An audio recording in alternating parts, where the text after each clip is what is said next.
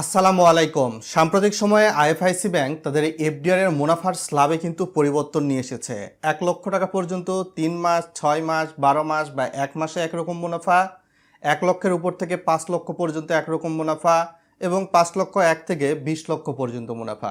সে বিবেচনায় আইএফআইসি ব্যাংকে fixed deposit বা এফডিআর রিসিপ্ট করলে কেমন মুনাফা পেতে পারেন, সরকার কত টাকা ট্যাক্স কেটে নেবে, চলুন বিস্তারিত বিষয়গুলো হিসাবের মাধ্যমে দেখিয়ে দেই আপনাদের কাছে সহজ করে বন্ধুরা। ভিডিওটা লাইক করে শেয়ার করে আরও মানুষকে জানিয়ে দিতে পারেন যেহেতু ভিডিওটা ইনফরমেটিভ হচ্ছে। এখানে দেখতেই পাচ্ছেন আইএফআইসি ব্যাংক তাদের এফডিআর রেটে যে পরিবর্তন নিয়ে এসেছে। নিচের দিকে স্ল্যাবের দিকে গেলে আমরা দেখতে পারবো ১ লক্ষ পর্যন্ত এফডিআর এ ১ মাসের রেট ৯%, ৩ মাসেও ৯%, ৬ মাসেও ১%, ১ বছর ২ বছর ৩%, ৩ বছরেও ৯% রেট। ১ লক্ষ ১ থেকে ৫ লক্ষ পর্যন্ত ১ মাসের জন্য ৯% মাসিক মুনাফা, ৩ মাসের জন্য ৯.25%, ৬ মাসের জন্য ৯.25%, ১ বছরের জন্য ৯.25%। এভাবে পর্যায়ক্রমে সর্বোচ্চ কিন্তু দেখা রয়েছে তারা 10.50% রেট অফার করছে। এই হিসাবে ১ লক্ষ টাকার স্ল্যাবে দেখলে ১ মাসে ৯% রেটে সেক্ষেত্রে মুনাফা আসতেছে মাসিক ৬,০০০। এখান থেকে 10% হারে টিডিএস কাটলে আপনি পাবেন ৫,৪০০, আর আপনার থেকে যদি 15% হারে টিডিএস কাটে আপনি পাবেন ৫,১০০। তো এখানে অনেকেই বলতে পারেন যে টিডিএস কি? টিডিএসটা হচ্ছে আয়কর রিটার্ন জমা দেওয়ার পর ব্যাংকে আপনাকে কিন্তু সেটার ফটোকপি জমা দিলে 10% হারে টিডিএস বা ট্যাক্স কাটবে, আর রিটার্ন স্লিপের কপি ব্যাংকে জমা না দিলে 15% হারে টিডিএস কাটবে। এভাবে ৮ লাখে ৩ মাসে ৯.৮৫০% রেটে সেক্ষেত্রে আপনারা ৮ লাখে ৩ মাস অন্তর ১৯,০০০ পাচ্ছেন। 10% হারে টিডিএস কাটার পর ১৭,১০০ পাবেন, এবং যাদের আয়কর রিটার্ন জমা দেন না তারা 15% হারে টিডিএস কাটার পর ১৬,১৫০ পাবেন ৩ মাস অন্তর। ৩৬,০০০ টাকার মতো আসে। এখানে আপনি ভুলভাল তথ্য দেখাচ্ছেন কেন? তো তাদের জন্য এই বিষয়টা আমি আপনাদের সামনে তাদের জন্য আমি প্রথমে ৮ লাখ টাকার এফডিআরে আপনাদেরকে আরেকবার ভালোভাবে বের করে দেখাই। তো আমরা এখানে ৮ লক্ষ টাকা কিন্তু অলমোস্ট লিখে ফেলছি আর একটা শূন্য। ৮ লক্ষর সঙ্গে আমরা কত পার্সেন্ট রেট পাচ্ছি? ৯.৫০% রেট পাচ্ছি। তো ৯.৫০% ৮ লক্ষের সাথে আমরা কিন্তু গুণ দিয়ে দিব। আপনারা দেখতে পাচ্ছেন, স্ক্রিনটা ফলো করুন, এখানে গণিতের ক্যালকুলেশন সব কিছু বলে দিবে। তো এখানে আমরা ৮ লক্ষকে ৯.৫০% গুণ দিলে আমরা কিন্তু অলমোস্ট ৭৬,০০০ টাকা দেখতে পাচ্ছি। আপনারা বলতে পারেন যে ওখানে ১৯,০০০, এখানে ৭৬,০০০, কি ভুলভাল তথ্য।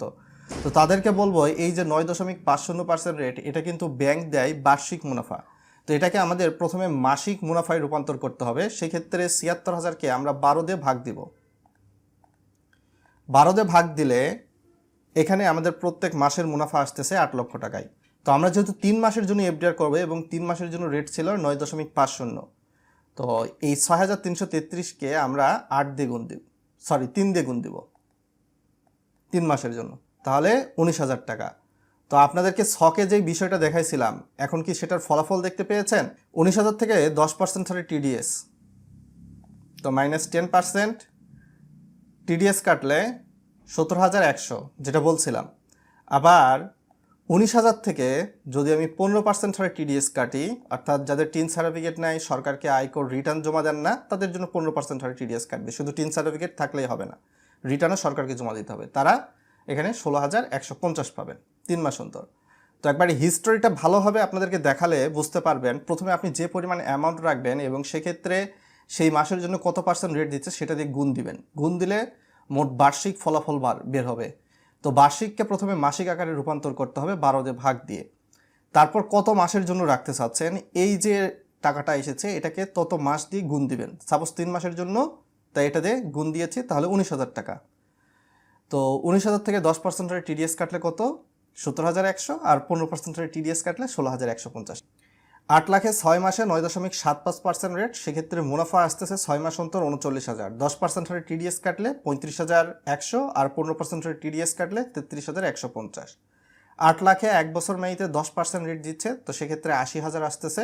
10% হারে টিডিএস কাটার পর আপনি হাতে পাবেন ৭২,০০০, আপনি যদি সরকারকে আয়কর রিটার্ন জমা দেন। আর যারা সরকারকে আয়কর রিটার্ন জমা দেয় না, তাদের জন্য 15% হারে টিডিএস কাটলে পাবে ৬৮,০০০ টাকা।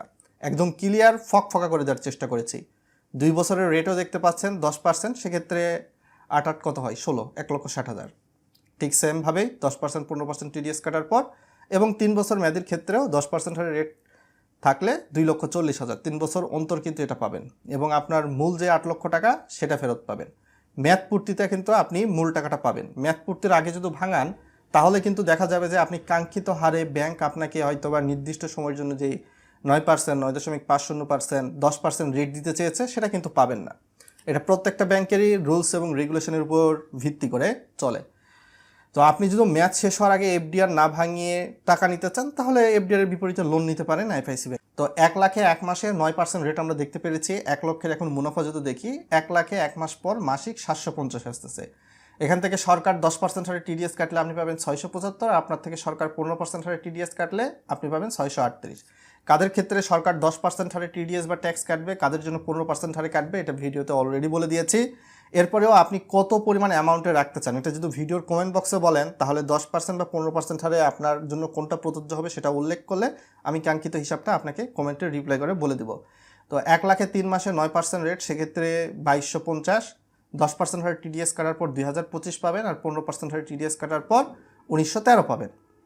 আর 1 লাখে 6 মাসে 9% রেট, সেক্ষেত্রে 4500 আসে। 10% হারে টিডিএস কাটলে আপনি 4050 পাবেন 6 মাস অন্তর, আর 15% হারে টিডিএস কাটলে আপনি 3825 পাবেন। আমি কিন্তু বলতেছি অন্তর, 6 মাস অন্তর, আর 1 মাসেরটা বলেছি মাসিক। 6 মাস অন্তর মানে 6 মাস পরে মুনাফা পাবেন, 3 মাস অন্তর মানে 3 মাস পর মুনাফা পাবেন, 1 মাস অন্তর মানে 1 মাস পর পর মুনাফা পাবেন। বুঝতে পেরেছেন? তো 1 লাখে 1 বছরে 9% রেট হলে তাহলে 9000 আসতেছে। 10% হারে টিডিএস কাটার পর 8100, আর 15% হারে টিডিএস কাটার পর আপনি পাচ্ছেন 7650। মানে আমি যেই হিসাবগুলো দেখানোর চেষ্টা করি একদম ক্লিয়ার করার চেষ্টা করি। আর 1 লাখে 3 বছরের জন্য রাখলে 9% রেট ওই একই রকম 27000, সেক্ষেত্রে মুনাফা আসতেছে। 10% হারে টিডিএস কাটার পর আপনি 24300, এবং 15% হারে টিডিএস কাটার পর 22950, এবং মেয়াদ পূর্তিতে আপনার মূল টাকাটা ফেরত পাবেন। আইএফআইসি ব্যাংকে আপনি মিনিমাম 10,000 টাকা ব্যয়ের গুণিতক পরিমাণ এফডিআর করতে পারেন। তবে এফডিআর আপনাদেরকে কিন্তু একটা স্ল্যাব দেখাইছি বন্ধুরা, এটা কি খুব ভালোভাবে লক্ষ্য করেছেন? এই যে দেখেন, তো এফডিআর করার জন্য কি কি লাগে আপনারা হয়তো বা ইতিমধ্যে জেনে গিয়েছেন। আপনারা পূর্বের ভিডিও দেখলে জানতে পারবেন। গ্রাহক এবং নমিনির এনআইডির ফটোকপি, এবং গ্রাহক এবং নমিনির 2 কপি করে পাসপোর্ট সাইজের ছবি। গ্রাহকের যদি এনআইডি না থাকে তাহলে জন্ম নিবন্ধন 17 ডিজিটের অনলাইন বেস যেটা রয়েছে সেটার ফটোকপি জমা দিতে হবে। নমিনিরও জন্ম নিবন্ধন দিতে পারেন, তবে অবশ্যই অনলাইন বেস 17 ডিজিটের হতে হবে। আপনি 10 লক্ষের মধ্যে ফিক্সড ডিপোজিট করতে চাইলে করতে পারবেন, সেক্ষেত্রে আয়কর রিটার্ন জমার প্রমাণপত্র ব্যাংকে জমা দিতে হবে না। 10 লক্ষের বেশি ফিক্সড ডিপোজিট বা এফডিআর করতে চাইলে আয়কর রিটার্ন জমার প্রমাণপত্র ব্যাংকে জমা দিতে হবে। এটা বাধ্যতামূলক, দেশের সকল ব্যাংকের ক্ষেত্রে প্রযোজ্য হয়ে থাকবে। সো আপনি ডিপোজিটটা কোন অ্যামাউন্টের করতেছেন তার উপর কিছুটা কিন্তু এটা ডিপেন্ড করে। আপনারা চাইলে এই যে রিটার্ন প্রদানের প্রমাণপত্র এটাকে এড়ানোর জন্য আপনি 5 লাখ বা 8 লাখ, 9 লাখ, 9 লাখ, 9 লাখ করে আপনার যত পরিমাণে অ্যামাউন্ট রয়েছে সেই পরিমাণে অ্যামাউন্টের করতে পারেন। যেহেতু 10 লাখের বেশি গেলে আপনার এই রিটার্ন প্রদানের প্রমাণপত্র রাখতেছে। তো আপনি যদি মনে করেন 9,99,999 টাকা রাখবেন তাহলে আপনার রিটার্ন প্রদানের প্রমাণপত্র লাগবে না। এভাবে পর্যায়ক্রমে 9,99,999 টাকার আপনি 3, 4, 5, 6, 7, 8টা এফডিআর করতে পারবেন। সো আশা করি বুঝতে পেরেছেন। আজকে এখান থেকে বিদায় নিচ্ছি। সকলে ভালো থাকবেন।